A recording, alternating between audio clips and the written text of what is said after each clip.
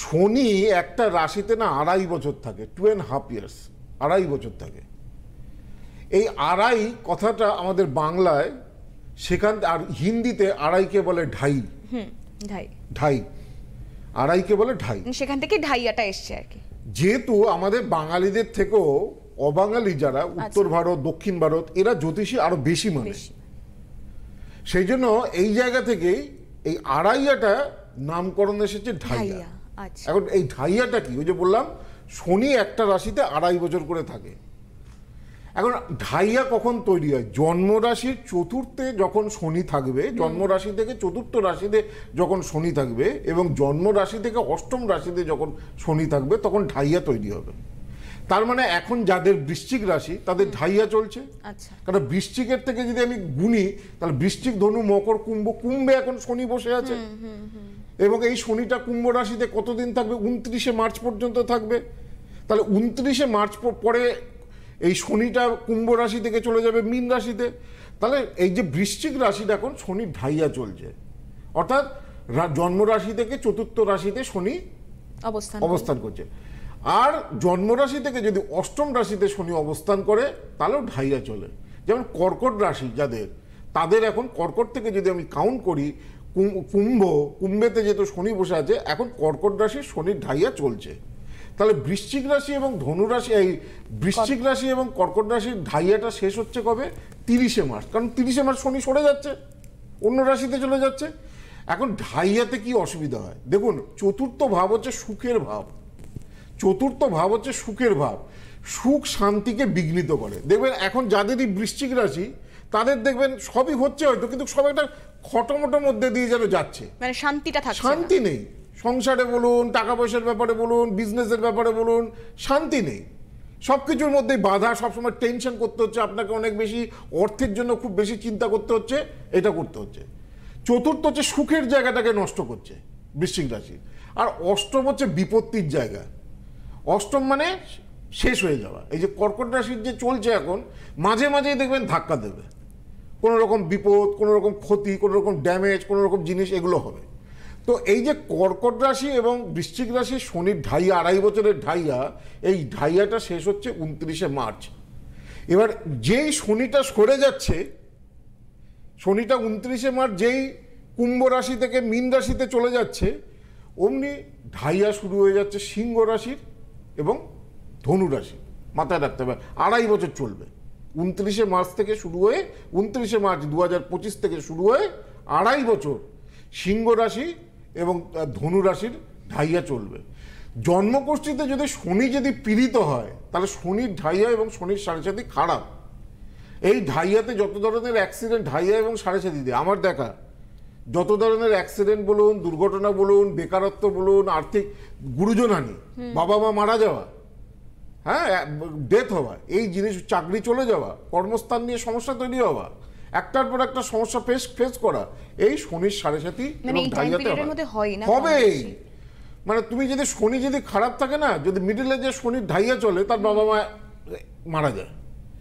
হ্যাঁ, শনি যদি খারাপ থাকে বড় অ্যাক্সিডেন্ট দিতে পারে, ভালো চাকরি সেই চাকরি চলে যেতে পারে, অর্থস্থানে একটা ভীষণ একটা ক্রাঞ্চ তৈরি করাবে। তেমনই সাড়ে সাতই হচ্ছে 7.5 বছর। এই যে শনি যে একটা রাশিতে 2.5 বছর 2.5 বছর 2.5 বছর করে থাকে, 7.5 বছরের এই যে টাইম পিরিয়ডটাকে, এটাকে বলে সাড়ে সাতী। যদি শনি ভালো থাকে, এই সাড়ে সাতীতেই উন্নতি হয়, এই সাড়ে সাতীতেই অনেক কিছু ভালো হতে পারে। কিন্তু শনি যদি সামান্যতম পীড়িত হয়, সাড়ে সাথে কিন্তু মারাত্মকভাবে ভোগায় শনির সাড়ে সাথী। তো শনির সাড়ে সাথী কাদের শুরু হচ্ছে? 29শে মার্চে ধনু রাশির সাড়ে সাথী দেখুন শেষ হয়ে গেছে, কিন্তু ধনু রাশির ঢাইয়া কিন্তু আবার আরম্ভ হচ্ছে 29শে মার্চ থেকে। ঢাইয়া 2.5 বছরের পিরিয়ড, 2.5 বছরের পিরিয়ডটা। আর সাড়ে সাথী কাদের শুরু হচ্ছে? মেষ রাশি যাদের, যেহেতু মেষ রাশির আগের রাশি হচ্ছে মীন রাশি, সেই মীন রাশিতে শনিটা গিয়ে উপস্থিত হচ্ছে 29শে মার্চ। মেষ রাশির শনির সাড়ে সাথী শুরু হচ্ছে 29শে মার্চ থেকে, যেটা 7.5 বছরের ধরে চলবে। মকর রাশির সাড়ে সাথী শেষ হয়ে যাচ্ছে 29শে মার্চ। এই যে এতদিন ধরে মকর রাশির যে ডিস্টার্ব চলছিল, তাদের যে সাড়ে সাথীটা, সেটা 29শে মার্চ শেষ হয়ে যাচ্ছে। কুম্ভ রাশির লাস্ট 2.5 বছরের সাড়ে সাথী চলবে, আর মীন রাশির 5 বছরের সাড়ে সাথী চলবে আরো। তাহলে এখন এই যে সামনে যে রাশিগুলোকে আমাদের খুব কেয়ারফুল হতে হবে শনির সাড়েসাতি এবং ঢাইয়ার ব্যাপারে, ঢাইয়ার জন্য হচ্ছে সিংহ রাশি এবং ধনু রাশি যাদের, তাদের খুব কেয়ারফুল হতে হবে। আর যাদের কুম্ভ রাশি, যাদের মীন রাশি এবং যাদের মেষ রাশি, এই 5টা রাশিকে খুব কেয়ারফুল হতে হবে। শনির সাড়েসাতি বা ঢাইয়াতে যত নীল রঙের জামা কাপড় কম পরবেন ততই ভালো। নীল দেখবে ডিপ্রেশন দেয়, বর্জন করাই শ্রেয়। হ্যাঁ, নীল ব্লু কালার ডিপ্রেশন দেয়। রেড কালার যদি খুব দেখবেন, খুব কোনো ছেলে মেয়ে কোনো কাজে মন নেই, কোনো কাজে মানে ঠিক একটা অ্যাক্টিভ নয়, সেখানে লাল রঙের জিনিসপত্র যদি পরানো হয় তাহলে তাদের মধ্যে অ্যাক্টিভিটি অনেক বাড়ে। আচ্ছা। হ্যাঁ, সবুজ হচ্ছে মাথা ঠান্ডার আগে, সবুজ রং। আচ্ছা। হ্যাঁ, তো এই কালারগুলো চলতে পারে। আর যেটাকে আমি বারবার বলি যে শনির এই যে সিংহ রাশি, ধনু রাশি, কুম্ভ রাশি, মীন রাশি এবং মেষ রাশি, এদের তো ঢাইয়া বা সাড়েসাতি শুরু হচ্ছে। অন্তত 4-5 মাস আগে থেকে এটাকে যদি ঠিকঠাক করা যেতে পারে তাহলে সাড়েসাতি ঢাইয়া প্রতিকার করা যেতে পারে। সাড়েসাতি ঢাইয়া আমি বলছি হানিকারক হয় না।